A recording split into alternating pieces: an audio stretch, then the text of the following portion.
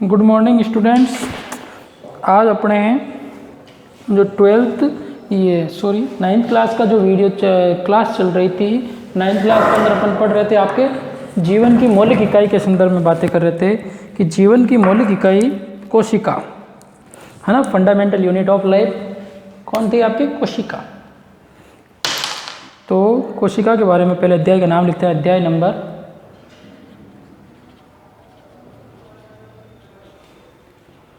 Number 5, जीवन की मौलिक इकाई। जीवन की मौलिक इकाई फंडामेंटल यूनिट ऑफ लाइफ। तो जीवन की मौलिक इकाई के अंदर अपन पढ़ रहे थे आपके कोशिका के बारे में। तो कोशिका की आंतरिक संरचना के संदर्भ में अपन ने बातें की थी कि कोशिका सेल, ठीक है ना। कोशिका के संदर्भ में अपन ने बातें कर ली थी आपके कि कोशिका के 3 भागों में खोजकर्ता के बारे में तो अपने शुरू में बात कर ली थी। कोशिका का खोजकर्ता कौन है? Robert Hooke. मृत कोशिका क्वेश्चन पूछते हैं, कोशिका खोज तो रॉबर्ट हुक ही नाम आएगा। अगर जीवित कोशिका पूछते हैं तो एंटोनी वॉन ल्यूवेनहॉक नाम आता है। ये कोशिका के बारे में आपने बात कर ली थी। कोशिका को 3 भागों में बांटकर अपन ने बातें की थी। तो कोशिका के अध्ययन को अपन क्या कहते हैं? कोशिका के अध्ययन विज्ञान की वह शाखा जिसके अंदर कोशिका का अध्ययन किया जाता है उसे अपन क्या कहते हैं? कोशिका विज्ञान। क्या कहा जाता है अपन को? कहते हैं उसको कोशिका विज्ञान। और कोशिका विज्ञान इंग्लिश में कहते हैं इसको साइटोलॉजी। कोशिका विज्ञान का अगर जनक पूछें तो वो कौन हो जाएगा आपके कोशिका विज्ञान का?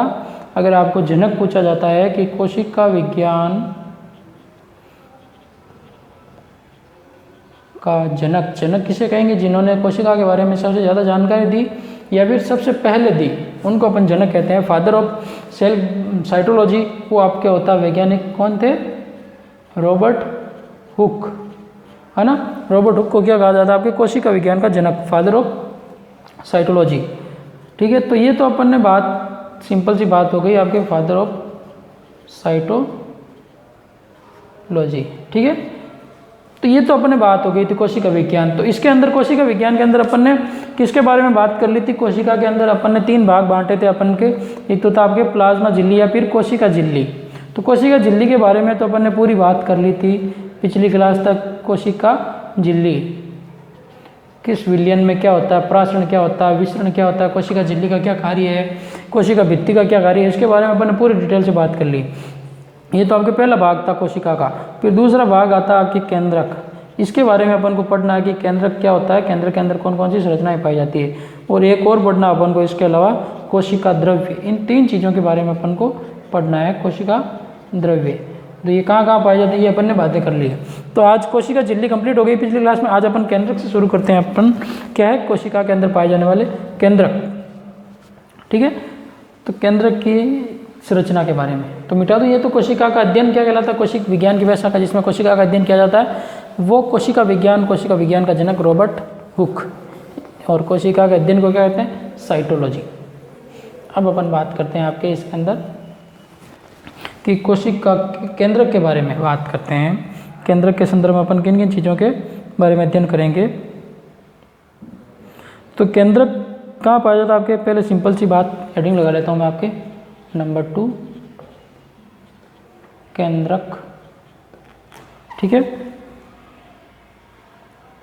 तो केंद्रक के बारे में अपन पढ़ रहे थे, शुरू किया था अपन ने केंद्रक थोड़ा सा कि केंद्रक जैसे अपन ने बात कर ली थी आपके, जैसे ये कोशिका है कोई, मान लो कोशिका के अंदर क्या होता है? ये आपके केंद्रक होता है। यही बात समझ में। इसके अलावा इसके अंदर ये जीव द्रव्य हो, कोशिका के अंदर कोशिका द्रव्य होता है। इसके अंदर खूब सारे कोशिकांग पाए जाते हैं। इनके बारे में भी बात करेंगे। ये आपके क्या होती है? झिल्ली होती है, कोशिका झिल्ली। ये होता है आपके क्या है जिसके बारे में अपन को चर्चा करनी है? केंद्रक या फिर न्यूक्लियस बोलते हैं इसको इंग्लिश में, केंद्रक। अब केंद्रक की संरचना अपन कैसे पढ़ सकते हैं? केंद्रक के बारे में क्या क्या बातें होती है उनके बारे में अध्ययन करेंगे। तो केंद्रक के संदर्भ में हो जाएगा आपके केंद्रक क्या है। तो केंद्र की संरचना अपन ने पहले पढ़ा था। जैसे प्याज की झिल्ली की संरचना मैंने आपको बनाकर बताई थी कि प्याज की झिल्ली की अगर अपन बात करें तो ये इस प्रकार की झिल्ली की संरचना बनाई थी अपन ने एक प्याज की, ठीक है ना। तो अपन ने इस प्रकार से समझने की कोशिश भी की थी कि ये प्याज की कोई झिल्ली है, ठीक है। इनके अंदर ये आपके प्रत्येक कोशिका में एक केंद्रक होता है जो क्या कार्य करता है, इसकी आंतरिक संरचना कैसी है इसके बारे में अपन को पढ़ना है। ये तो क्या प्याज की झिल्ली की संरचना है, तो ये क्या आपके इसके अंदर केंद्रक है जिसको अपन ने मैंने कोशिका के अंदर आपको दर्शाने की कोशिश की है। अब इसको समझने के लिए जैसे अपन ने प्रैक्टिकल किया था कि प्याज की झिल्ली को देखने के लिए अपन ने किसके ऊपर इसको एक अनुप्रस्थ काटा था, कोशिका की झिल्ली का अनुप्रस्थ काट कर उसको सूक्ष्म दृष्टि से देखा तो अपन को इस प्रकार की संरचना दिखती है। अनुप्रस्थ काट क्या होता है ये तो पता होगा आपको। दो प्रकार के अपन को आंतरिक संरचना पढ़ने के लिए दो प्रकार के काट होते हैं। एक तो होता है अनुप्रस्थ TS अनुप्रस्थ काट, ट्रांसफर सेक्शन। एक तो होता है आपके अनुप्रस्थ काट और दूसरा होता है आपके अनुदैर्ध्य काट। अनुदैर्ध्य काट LS लॉन्गिट्यूडिनल सेक्शन। आई भाषा में TS और LS। TS तो क्या होता है, जैसे ये कोई एक संरचना है कोशिका, इसको अगर अपन ऐसे काटते हैं तो वो तो आपके क्या TS काट। अगर ये संरचना है अगर अपन इसको ऐसे काटते हैं तो वो कौन सा होता है आपके LS काट होता है। तो अपन कोशिका की पत्ती को काटते हैं तो वो TS काट होता है। आगे बात सुन, TS और LS तो समझ में आ गया। अगर अपन तिरछा का या आधा काटते हैं तो वो आप अनुप्रस्थ काट और अपन लॉन्गिट्यूडल मतलब खड़ा काट काटते हैं तो वो ये अनुदैर्ध्य काट। दोनों काट तो समझ में आ गई आपको, सिंपल सी बात थी ना, शब्द आया हो तो मैंने बता दिया आपको, अनुप्रस्थ काट और अनुदैर्ध्य।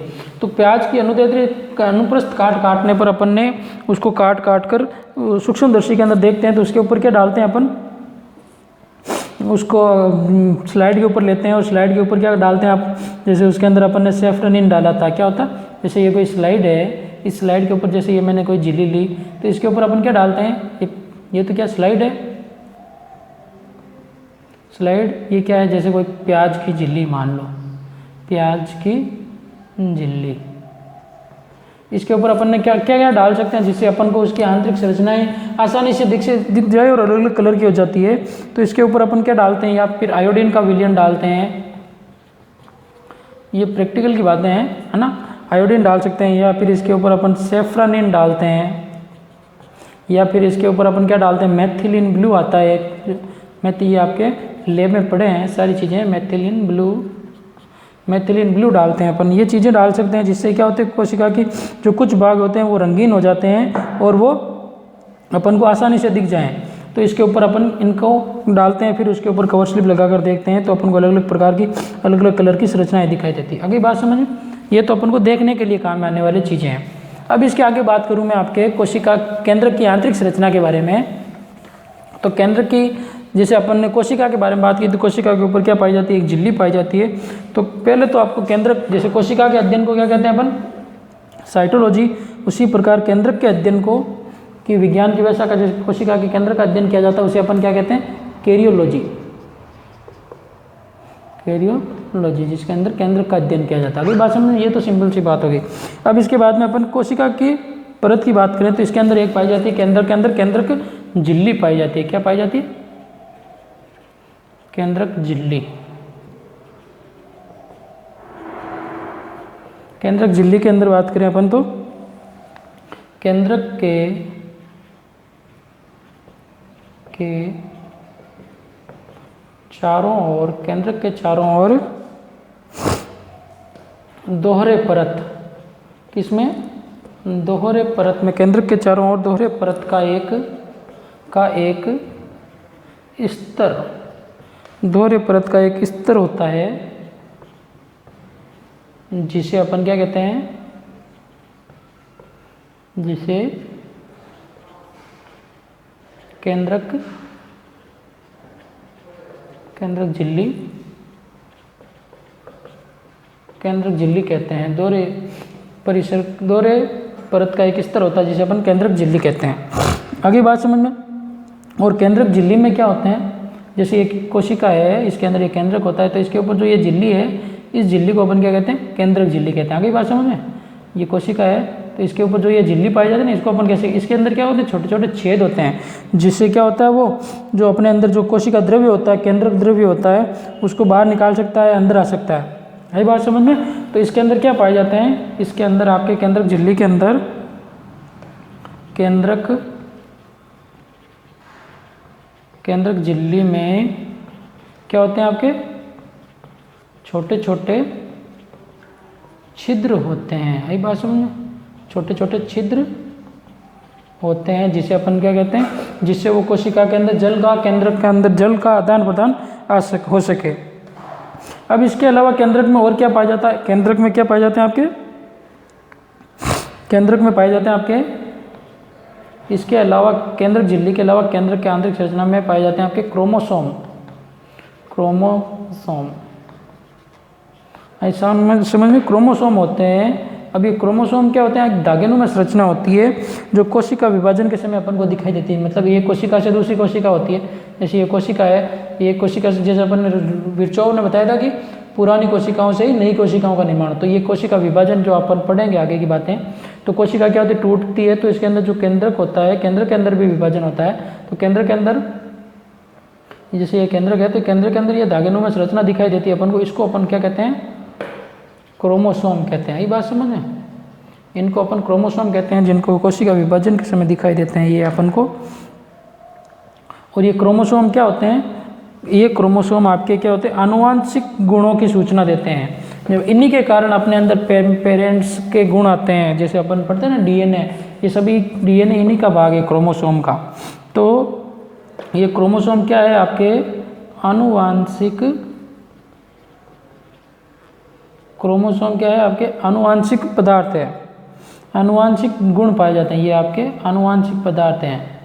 यही बात है, इसमें आनुवांशिक गुण पाए जाते हैं जिससे अपन को, जैसे अपन कोई देख के अपन को बोल देता है ना कि तू उसका लड़का है क्या, ऐसा है क्या, है ना, क्यों, क्योंकि अपन अंदर उनका जैसे कलर क्या है, वो गोरे है तो अपन भी गोरे होते हैं, वो सांवले होते हैं अपन भी कलर सांवला होता है, उनकी हाइट अगर ज़्यादा है तो अपनी भी हाइट ज़्यादा होती है, अब उनकी चाल जैसी होती है अपन भी वैसे चालते हैं, अपने जैसे दादा दादी है, नाना नानी है ना, पापा मम्मी है, उनके आधार पर अपना कलर और रंग रूप होता है। वो किसके कारण होता है, आपके इस क्रोमोसोम के कारण होता है। यही बात समझ में। और क्रोमोसोम किसके बने हुए होते हैं, तो ये क्रोमोसोम बने हुए होते हैं आपके डीएनए के, डीएनए तथा किसके बने हुए होते हैं, प्रोटीन के, जो अपन प्रोटीन लेते हैं उनके प्रोटीन के बने हुए होते हैं। डीएनए का पूरा नाम तो पता ही है आपको, डीऑक्सी राइबोज न्यूक्लिक अम्ल है ना, डीऑक्सी राइबो न्यूक्लिक अम्ल, ये तो पता आपको 6 क्लास 7 क्लास में पढ़ा है ना। तो डीऑक्सी राइबो न्यूक्लिक अम्ल है जिसके कारण अपने अंदर माता पिता के गुण अगली संतति में जाते हैं। जैसे आपके अब माता पिता के गुण अपने अंदर आए, अपने गुण अपने बच्चों में जाएंगे, इस प्रकार से आपके जो गुण है क्या होते हैं, माता पिता से स्थानांतरित होते रहते हैं। और इस डीएनए, ये क्या आपके डीएनए, और इस डीएनए के ही खंड को अपन क्या कहते हैं, डीएनए के भाग को या फिर इसके खंड को, डीएनए के खंड को क्या कहा जाता है, आपके खंड को क्या कहते हैं अपन, जीन कहते हैं।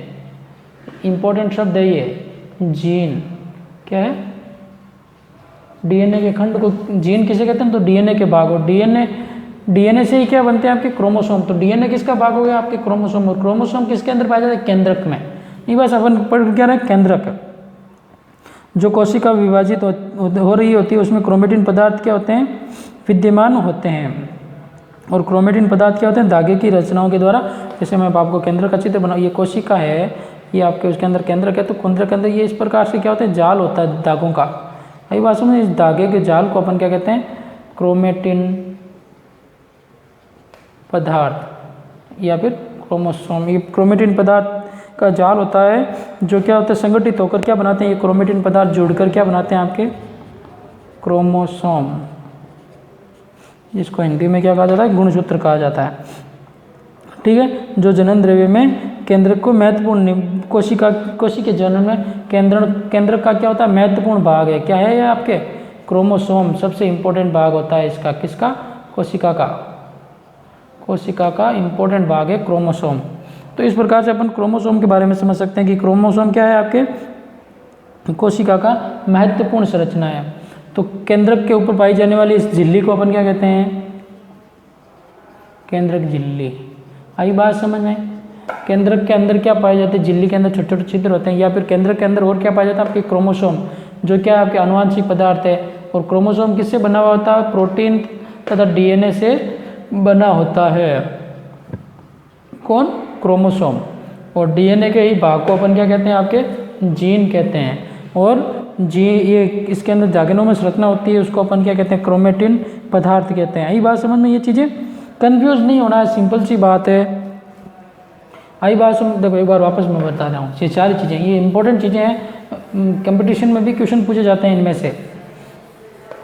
केंद्रक की आंतरिक संरचना आपके तो क्या डिटेल में, अगर आप 11वीं में साइंस लोगे तो इसके अंदर पूरी केंद्रक के ऊपर एक पूरा चैप्टर है, उसके अंदर अपन पूरी डिटेल से पढ़ेंगे। यहाँ पे तो सिर्फ आपको ये बताया हुआ है कि कोशिका के अंदर एक केंद्रक होता है।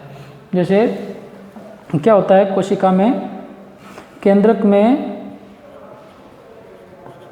क्रोमोसोम पाए जाते हैं। ये बात समझ में? पाए जाते हैं।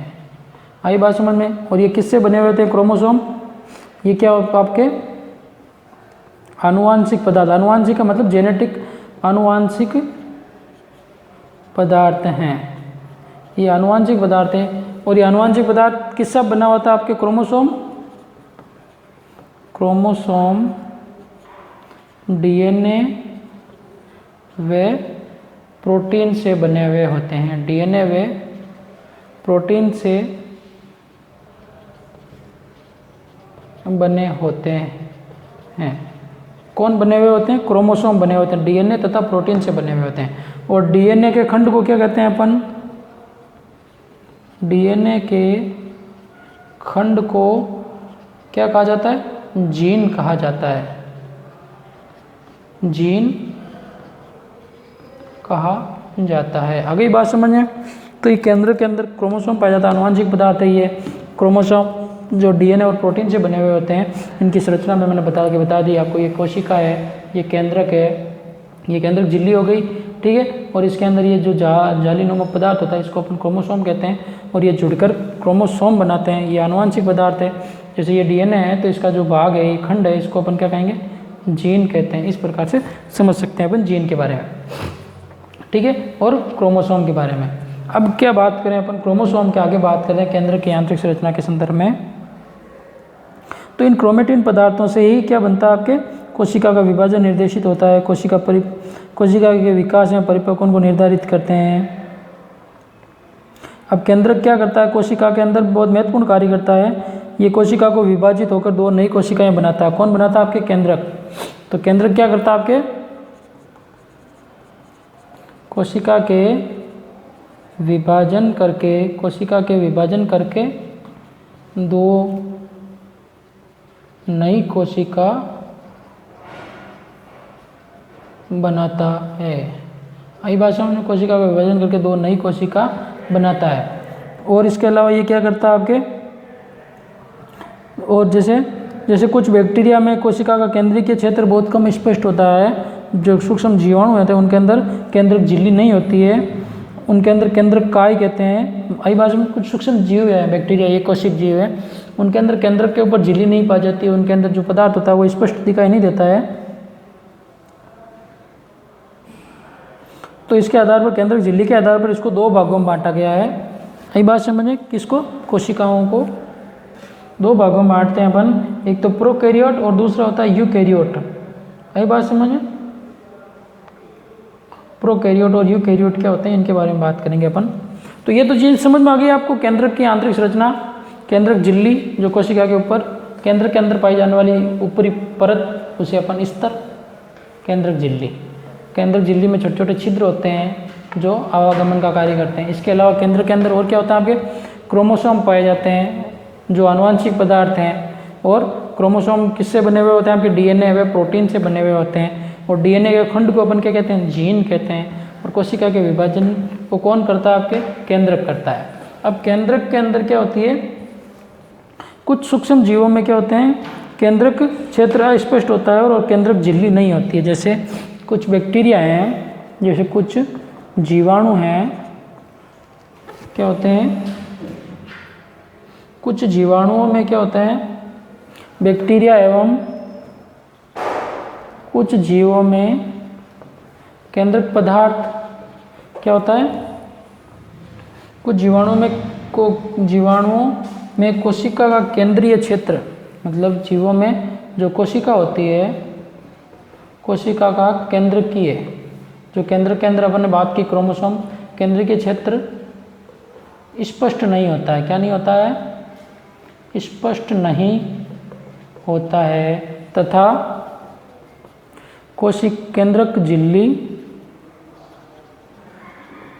केंद्रक झिल्ली नहीं पाई जाती है। आई बात समझ?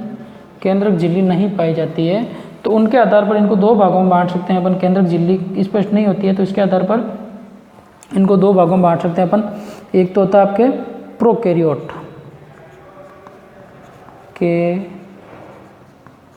प्रोकैरियोट और दूसरा होता है आपके यूकैरियोट। दो शब्द हैं, प्रोकैरियोट और यूकैरियोट। अब प्रोकैरियोट किसे कहेंगे? कि ऐसे जीव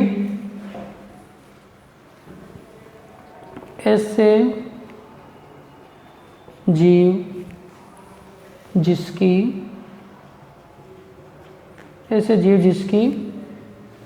कोशिकाओं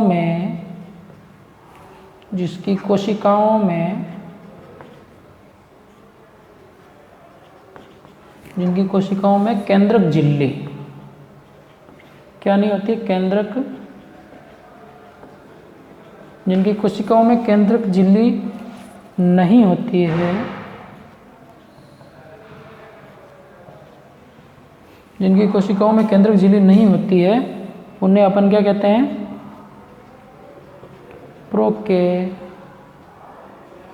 प्रोकैरियोट। उनकी कोशिकाओं को अपन क्या कहते हैं? प्रोकैरियोट कहते हैं। उन्हें अपन क्या कहते हैं? प्रोकैरियोट कहते हैं। अब प्रोकैरियोट शब्द का अर्थ क्या होता है? प्रो का मतलब तो होता है आपके आदि पूर्व, कैरियोन का मतलब केंद्रक, जिसके अंदर पूर्व में केंद्रक नहीं था। और यूकैरियोट की बात करूं मैं आपके यूकैरियोट की, तो यूकैरियोट तो जिसके अंदर ऐसे जीव जिसकी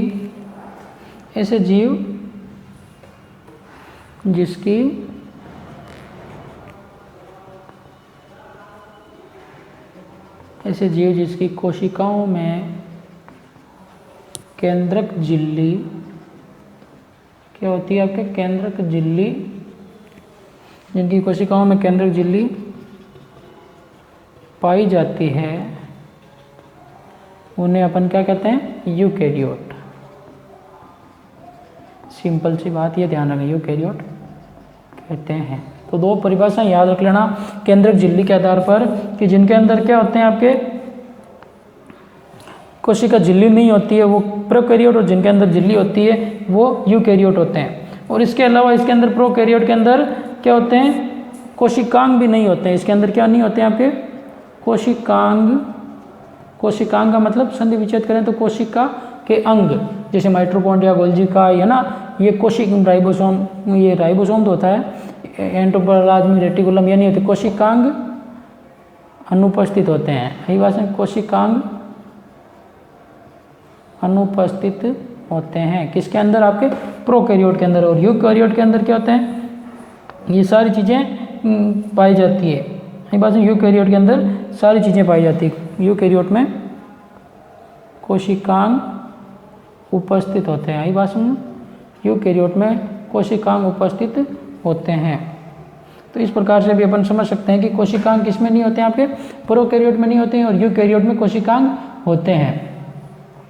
तो अगर अब मैं आपको इनकी संरचना बनाऊँ तो यूकैरियोट में क्लोरोफिल होता है, जिसके कारण क्या होते हैं? आपके क्या पाए जाते हैं? क्लोरोफिल होने के कारण इसके अंदर, कोशिका के अंदर जो प्रकाश संश्लेषण की क्रिया भी होती है। तो ये प्रोकैरियोट और यूकैरियोट की बातें हुई अपने कि प्रोकैरियोट क्या होते हैं और यूकैरियोट क्या होते हैं। इसके अलावा मैं और बात करूँ तो कुछ एक जैसे संरचना बनाकर बताता हूँ मैं आपको कोशिका की, जिसके अंदर प्रोकैरियोट और यूकैरियोट में अंतर आपको आसानी से समझ में आ जाएगा। ये कोशिका की मैं आपको अभी संरचना बनाकर बता रहा हूँ कि कोशिका की आंतरिक संरचना कैसी हो सकती है उसके बारे में। तो प्रोकैरियोट और यूकैरियोट की एक संरचना बना के बता दे रहा हूँ, जिसके अंदर झिल्ली आसानी से नहीं दिखाई देती, जिसके ऊपर केंद्रक झिल्ली नहीं होती वो तो प्रोकैरियोट, और जिसके अंदर केंद्रक झिल्ली होती है वो क्या कहलाते हैं? आपके यूकैरियोट। तो प्रोकैरियोट का एक कोशिका का मैं चित्र बना दे रहा हूँ आपको। मिटा दूँ ये तो परिभाषा, या फिर इस तरह बना दूँ आपके? चलो इस तरह भी बना दे रहा हूँ यहाँ पे, है ना। जैसे कोई ये कोई कोशिका है आपके, ये कोई कोशिका बनाई मैंने, ठीक है ना, ये कोई कोशिका है। अब इस कोशिका के अंदर क्या होते हैं, केंद्रक होता है, तो इसके केंद्र के अंदर क्या होती है, झिल्ली नहीं होती है, इस प्रकार से असंगठित होता है ना, इसके ऊपर कोई झिल्ली प्रकार की झिल्ली नहीं होती है। आई बात। इसके अलावा ये आपके कोशिका द्रव्य होता है इसके अंदर, आई बात समझ, झिल्ली नहीं होती है और कोशिका द्रव्य होता है, ठीक है इसके अंदर। और ये आपके क्या है, कोशिका भित्ति होती है, सेल वॉल पाई जाती है, ठीक है। इसके अलावा इसके अंदर क्या पाया जाता है, आपके प्लाज्मा झिल्ली भी होती है इसके अंदर वाली सतह, जो ये प्लाज्मा, ये आपके